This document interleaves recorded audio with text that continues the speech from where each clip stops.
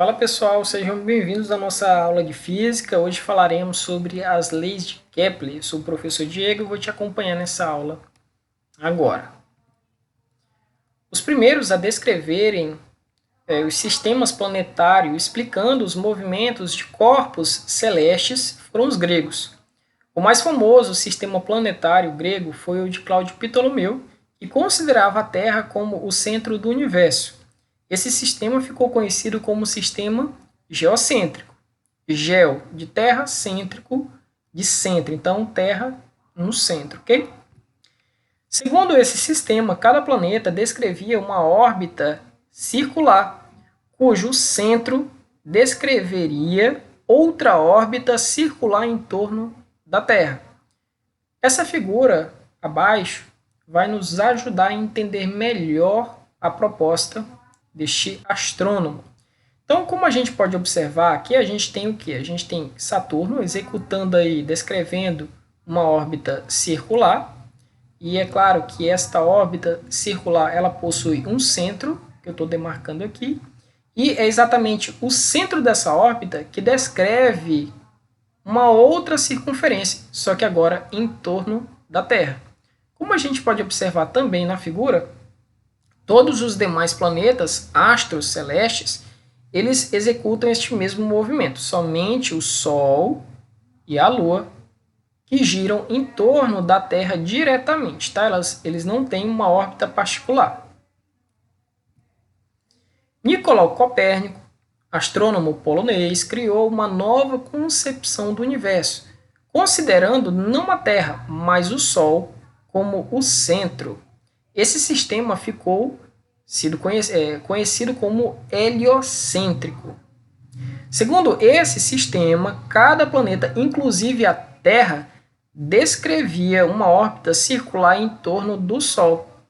Entretanto, o modelo de Copérnico não foi aceito pelo astrônomo dinamarquês Tycho Brahe, que, segundo ele, o Sol gira. Ao morrer, Tycho Brahe cedeu suas observações a seu discípulo Johannes Kepler, que tentou em vão explicar o movimento dos astros por meio das mais variadas figuras geométricas. Baseado no heliocentrismo, em sua intuição e após inúmeras tentativas, ele chegou à conclusão de que os planetas seguiam uma órbita elíptica em torno do Sol e, após anos de estudos, enunciou 3 leis. Vamos lá para a primeira. A primeira, lei de Kepler, também conhecida como lei das órbitas, ela afirma que as órbitas dos planetas, ao contrário do que acreditava-se, não eram circulares, mas sim elipses nas quais a Terra ocuparia um dos focos. No caso, como ele se baseou no modelo heliocêntrico, então os planetas girariam em torno do Sol, tá? E o Sol ele localizava-se não no centro, até porque uma elipse não tem centro. A gente já vai observar, tá? Então, o Sol encontrava-se em um dos focos, tudo bem?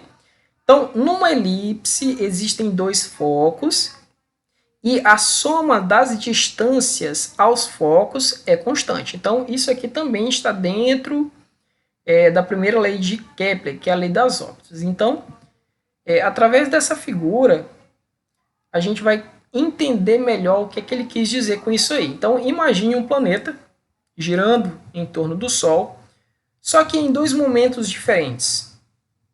Tá? Então, imagine, por exemplo, a Terra, a posição dela em janeiro e a posição da Terra, por exemplo, em julho. Aqui é só um exemplo, tá, pessoal? Então, a gente sabe que a Terra ela gira em torno do Sol, e aí a gente pegou aqui 2 posições em tempos diferentes, ok? Então, se a gente medir a distância da Terra ao primeiro foco, foco 1, aqui ele representou pela letra A essa distância. Tá? E a gente precisa também determinar a distância da Terra em relação ao segundo foco, que aqui foi representado pela letra B. Num segundo momento, a Terra ela encontra-se a uma distância D do foco 2 e a uma distância C do foco 1. O que foi que Kepler observou? Ele observou que caso você somasse A mais B, que seria as distâncias, né, da Terra num primeiro momento, isso resultaria na mesma soma, tá, de D mais C, tá, que seria aí a soma das distâncias quando a Terra estava em outra posição. Ele percebeu que isso é constante. Para você entender melhor, eu vou pegar aqui um terceiro momento da Terra. Então imagine que a Terra ela encontra-se aqui, em março. Tá? E aí você pega a distância da Terra em relação ao primeiro foco, eu vou chamar essa distância de F, de E no caso, desculpa. E aí você pega também a distância da Terra em relação ao segundo foco, que aqui eu vou chamar de F. Essa distância vai ser F. Então, o que foi que Kepler observou? Ele observou que A mais B é igual a E mais F. Tá? Então, se você somar essa distância, né, E mais F, ele vai resultar exatamente igual a A mais B, que também é igual a C mais D. Então aqui você teria que E mais F era igual a C mais D, que também é igual a A mais B, ok? Então, vamos passar para frente.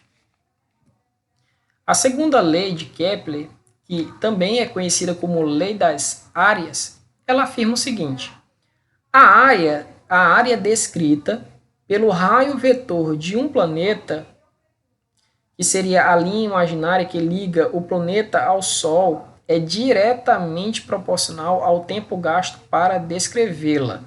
Então, vou ler novamente. A área descrita, ou a área varrida pelo raio, né, que seria a linha imaginária que ligaria a Terra ao Sol. Então, você imagina essa linha imaginária, uma linha que liga a Terra ao Sol, e você imagina que à medida que a Terra ela se movimenta, ela varre uma determinada área, tá? E esta área varrida ela é diretamente proporcional ao tempo gasto, ok? Aqui a gente vai definir também, pessoal, uma nova grandeza chamada de velocidade areolar, que seria a razão entre a área varrida e o tempo gasto para varrer essa área. Então, muito bem.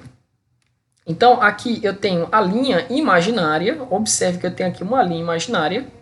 E aí o planeta ele saiu desta posição e chegou na posição aqui, numa posição posterior. Ele varreu uma determinada área que a gente vai determinar aqui por A1. Vai nomear como A1, certo? Então, o que a gente vai fazer agora? A gente vai pegar, por exemplo, a Terra em dois momentos posteriores. Então, imagine a Terra nesta posição. A gente agora vai ligar uma linha da Terra ao Sol, certo?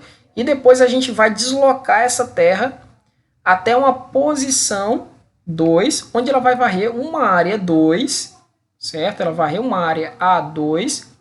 E agora a gente tem a relação da segunda lei de Kepler, que diz o seguinte: cada planeta mantém sua velocidade areolar constante ao longo de sua órbita elíptica.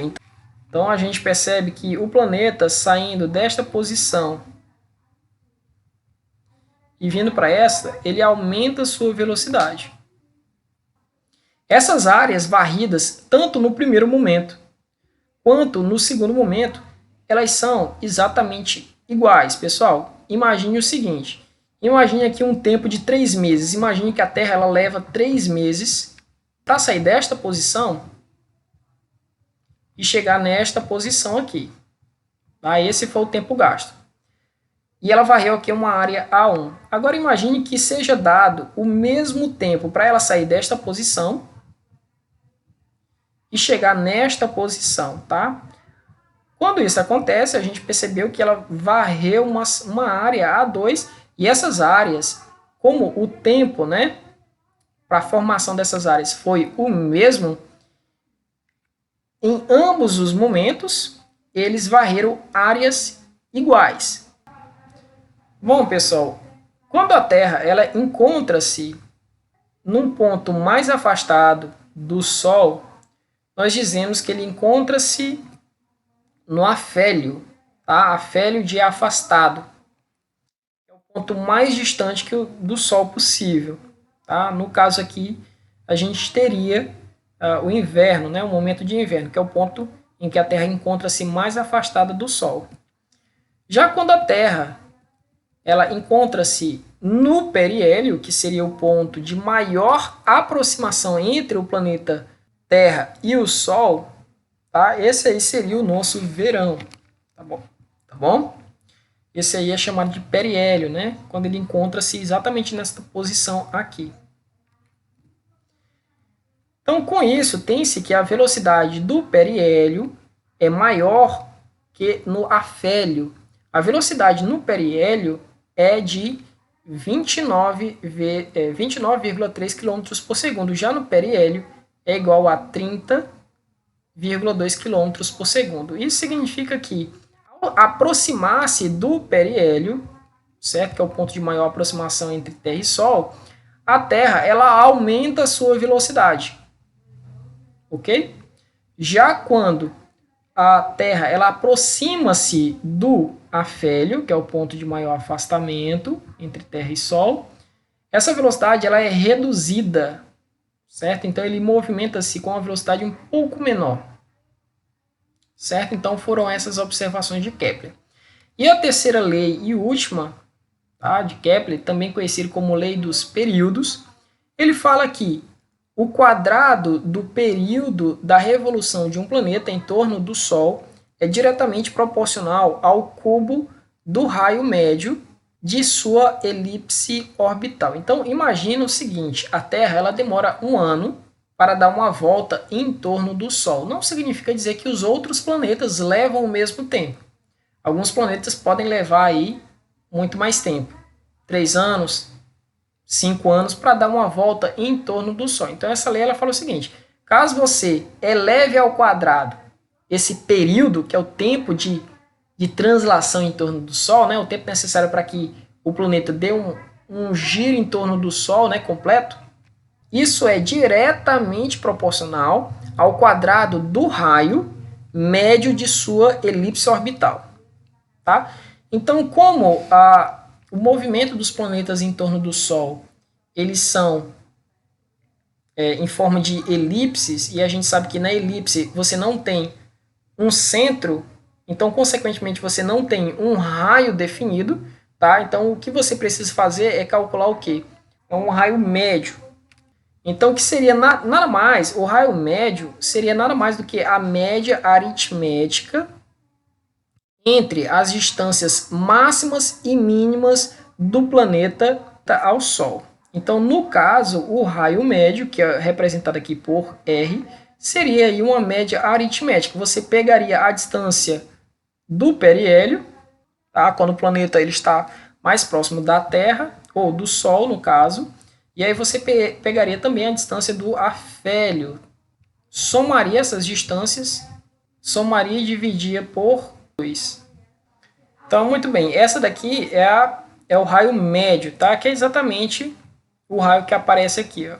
Então, aqui fala o seguinte, que o período, né, de translação do planeta, do astro, em torno do Sol, ao quadrado, ele é diretamente proporcional ao cubo do raio médio do planeta em torno do Sol, tá? E este K aqui é uma constante de proporcionalidade, tá bom? Bom, nessa tabela eu te mostro alguns períodos de translação em dias dos planetas em torno do Sol. Mercúrio é o planeta que encontra-se mais próximo do Sol, consequentemente, ele vai executar um tempo em torno do Sol, né, de translação menor. Então, ele leva cerca de 88 dias para dar uma volta em torno do Sol. Já Vênus levam 224,7 dias e a Terra 360. E os demais você pode observar.